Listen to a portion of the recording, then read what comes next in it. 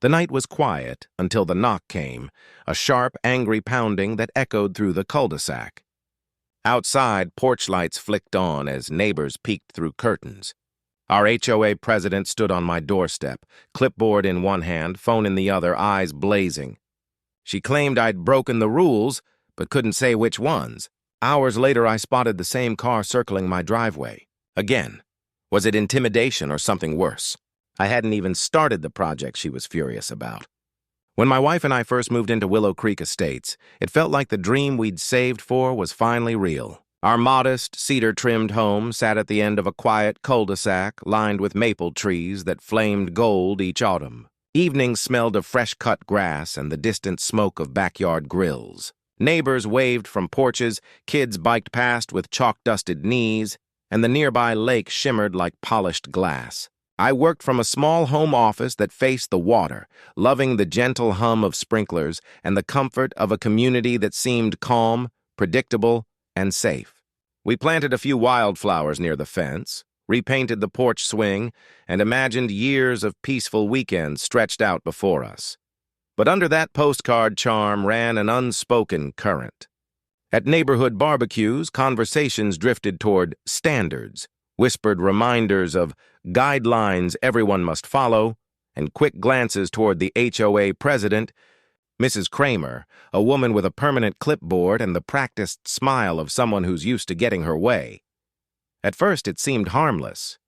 A friendly suggestion about mailbox paint here, a comment about lawn height there. Yet every remark carried a weight that made my stomach tighten. It was as if the neighborhood's perfection depended on absolute control, and Mrs. Kramer held the measuring tape. I didn't know it then, but those polite smiles and casual comments were the first warnings. Something as simple as a weekend project, one I thought would make our home even more welcoming, was about to become the spark for a battle I never saw coming. The first letter came folded in an official-looking envelope stamped, "Compliance Notice." At a glance, it seemed trivial. Your porch swing violates the community's approved color palette. I laughed at the absurdity until I read the fine print. A $50 fine for each week. I failed to repaint it a neutral shade. Our swing was a warm chestnut brown, not neon orange, but apparently it clashed with the HOA's cohesive visual harmony. I repainted it anyway, hoping to stay off the radar.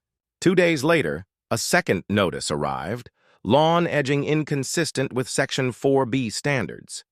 That meant the stones around our flower beds, hand-picked and perfectly level, weren't the exact size specified in a decades-old rulebook. Another fine, another deadline. Neighbors began to whisper when I walked past. Some avoided eye contact.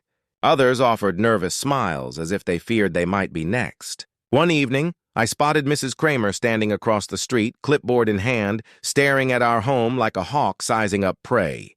I tried to ignore it, until the fines ballooned past $500.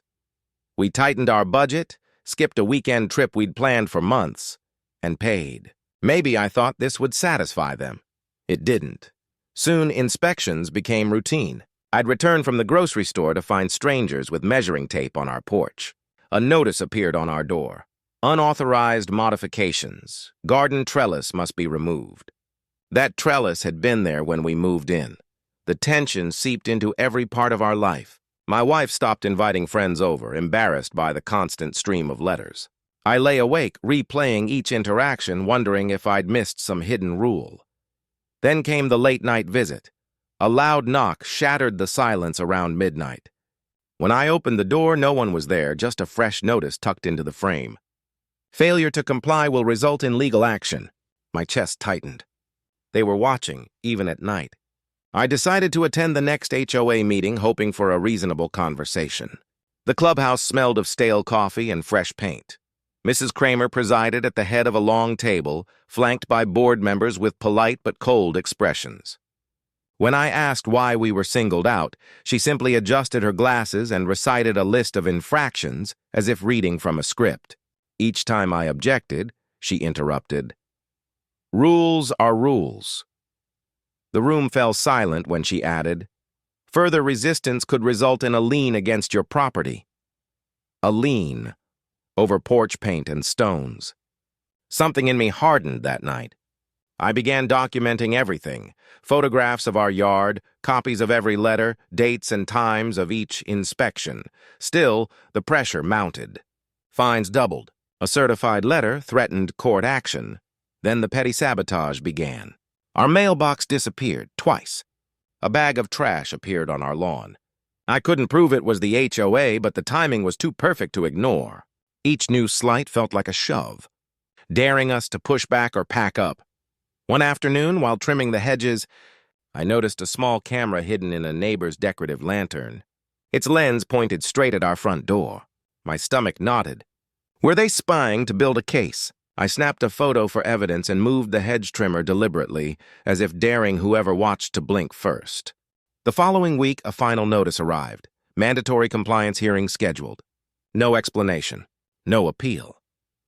That night, the wind howled through the maples, carrying the sound of distant laughter. I stood at the window, staring across the street at Mrs. Kramer's house, where a single porch light glowed like a watchful eye. I wasn't sure what they planned for the hearing, but I knew one thing.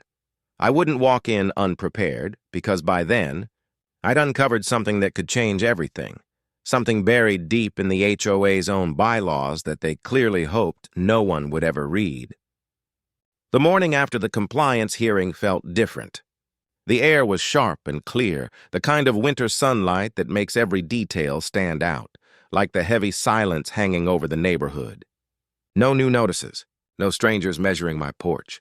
For the first time in weeks, I breathed without a knot in my chest. 3 days later, an official letter arrived, not from the HOA, but from the county property office. The investigator who'd walked into that tense hearing had already begun reviewing the HOA's records. According to the letter, all pending fines against our property were immediately suspended pending the outcome of a formal audit.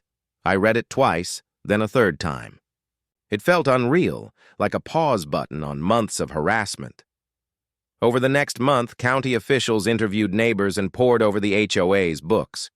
One by one, people began to share their own stories, quiet frustrations they'd swallowed for years. A family fined for planting roses outside the approved color palette. A retiree billed hundreds for a non-compliant mailbox that the HOA itself had installed. A single mother threatened with foreclosure after questioning a late fee she never owed. What I thought was my personal nightmare turned out to be a pattern of selective enforcement, creative rule stretching, and, most shocking, missing funds. Nearly a third of the association's collected fines had no documented use. Mrs. Kramer's once commanding presence started to crack. Neighbors who once stayed silent now lingered on sidewalks, talking in low but urgent voices. Someone taped a copy of the county's public notice of investigation to the clubhouse door. It flapped like a warning flag in the wind. The final county report landed 6 weeks later.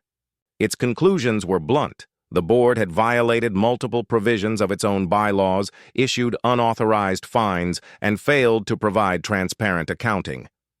The recommendation: immediate removal of the sitting board and restitution to affected homeowners. Within days, a special election was announced. For the first time since we'd moved in, the clubhouse overflowed with residents. People I'd barely exchanged greetings with were suddenly allies, buzzing with a mix of anger and relief. When the vote came, the entire board, including Mrs. Kramer, was ousted in near unanimity. A temporary committee stepped up to rewrite the HOA rules. They slashed unnecessary regulations, capped fines, and required open meetings for every decision. Gone were the obscure guidelines about porch swing colors and lawn stone alignment. In their place, clear, reasonable standards and an appeals process that actually protected homeowners.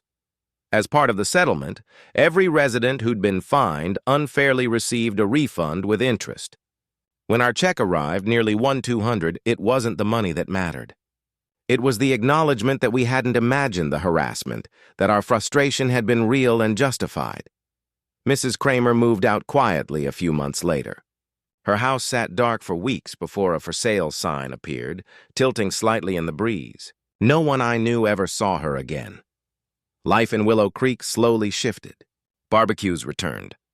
Kids chalked bright shapes on the sidewalks without parents worrying about approved colors. The tension that once pressed on every doorstep lifted like a storm cloud finally breaking. But for me, the experience left a permanent mark. I'd moved here dreaming of calm predictability, never expecting to navigate late-night knocks, hidden cameras, and threats of foreclosure. Yet that pressure uncovered a quiet strength I didn't know I had.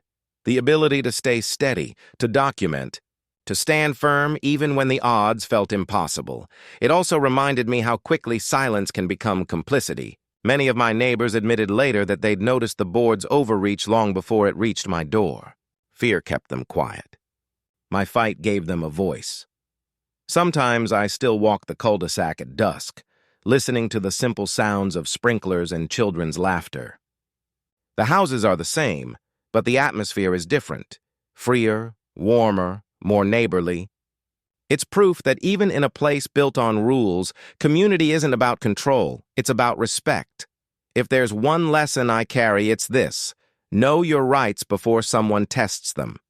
Whether you live under an HOA or just next to a difficult neighbor, learn the regulations, document everything, and never assume intimidation equals authority.